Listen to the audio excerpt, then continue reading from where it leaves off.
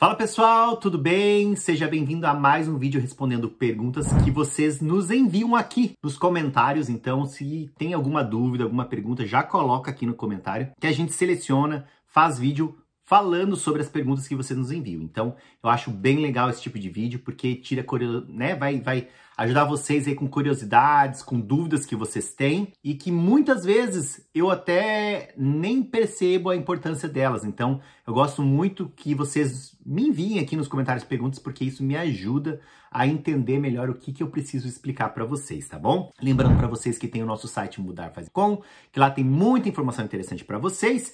E eu vou começar respondendo aqui a pergunta do Weverton Luiz, ou Everton Luiz.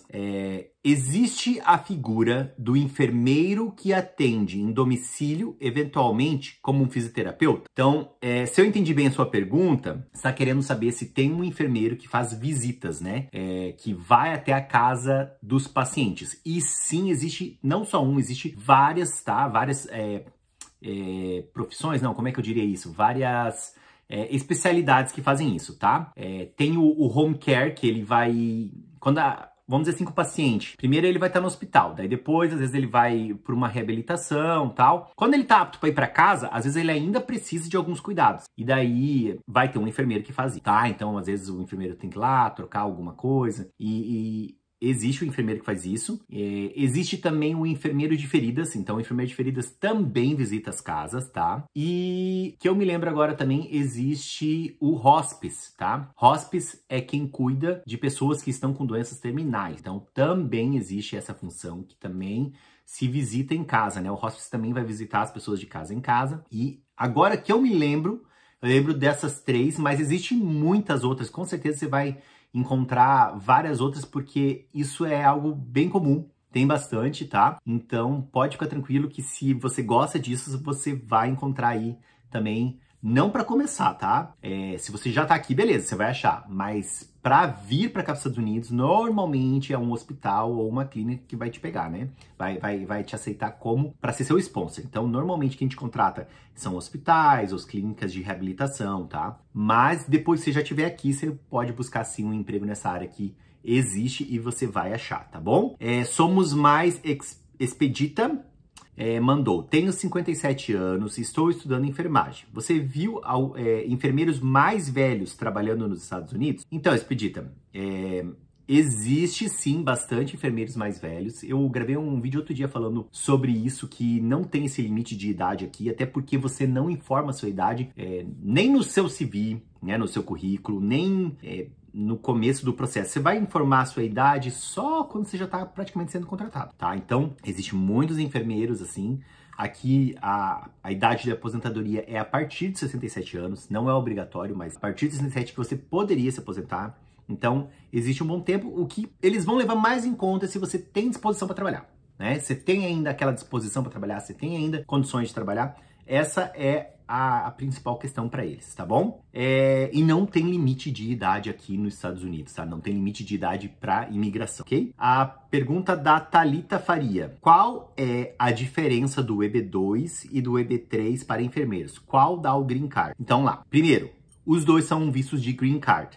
EB, qualquer um visto começa. EB é Employment Base. E daí as categorias, 2 é a categoria 2, 3 é a categoria 3, tá? Então, o EB2 NIW, tá? Tem que ser o NIW, que ele é um visto para quem é o seu próprio patrocinador, tá? Então, normalmente a pessoa tem que fazer ali um business plan e mostrar o que ela vai fazer quando chegar aqui nos Estados Unidos. No caso do enfermeiro que já tem o NCLEX, já tem a sua licença, é muito mais fácil conseguir o EB2. O EB3, ele é um visto também de Green Card, mas a diferença do EB3 é que você tem um sponsor, né? Um patrocinador. Então tem uma empresa que está te patrocinando. E daí aí tá a diferença. Quando você tem uma empresa patrocinando, ela vai pagar a maioria das taxas. E você tem um emprego já quando você chegar aqui. No caso do EB2, você não vai ter um emprego quando chegar aqui, você vai ter que procurar um emprego e você vai ter que arcar com todos os custos, né? Com todos os custos de advogado e tudo mais.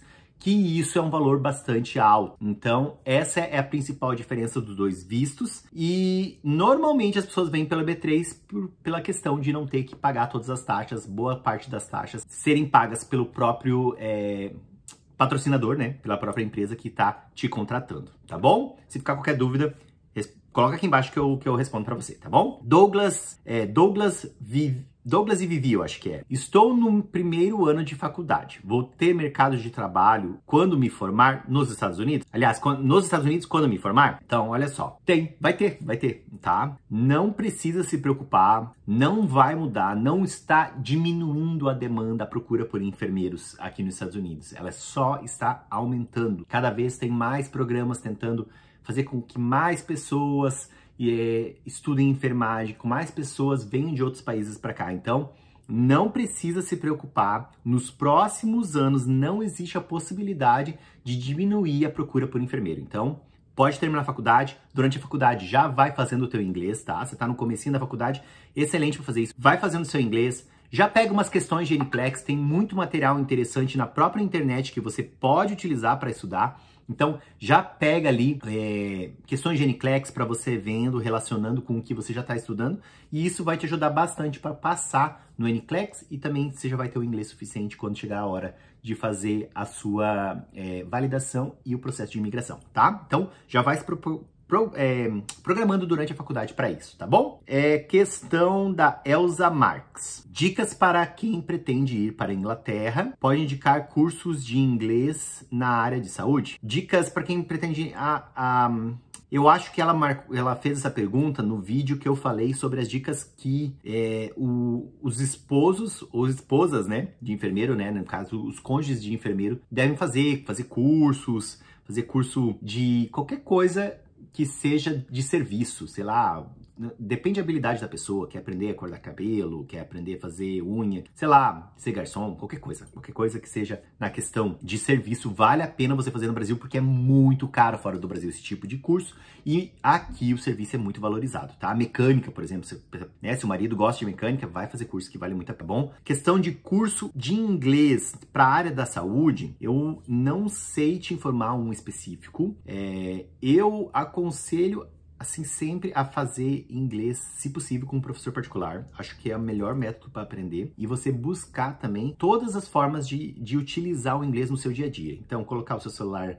em inglês, qualquer coisa que você tenha que possa colocar em inglês para te forçar a utilizar o inglês, assistir filmes em inglês com legenda em inglês, série em inglês com legenda em inglês, tentar ler livros em inglês, tentar ver informações na internet em inglês, e isso vai te ajudar bastante. Se você tiver um amigo ou alguém que tem esse mesmo objetivo de aprender inglês e que você possa conversar com ele em inglês no WhatsApp todo dia, trocar informação, seja através de mensagem de voz ou escrito, tudo isso vai te ajudar. Tudo que você consiga inserir o inglês, que é o que você faria, por exemplo, se você fosse fazer um intercâmbio, né? Se fosse fazer um intercâmbio, você ia estar totalmente envolvido no inglês, né? O dia inteiro você ia ter contato com o inglês. Então, tenta simular isso na sua vida, colocar tudo que é possível em inglês em volta de você ali, para que você tenha mais contato com o inglês. E também, eu particularmente acho que a melhor forma, se você tem pressa, é um professor particular, tá?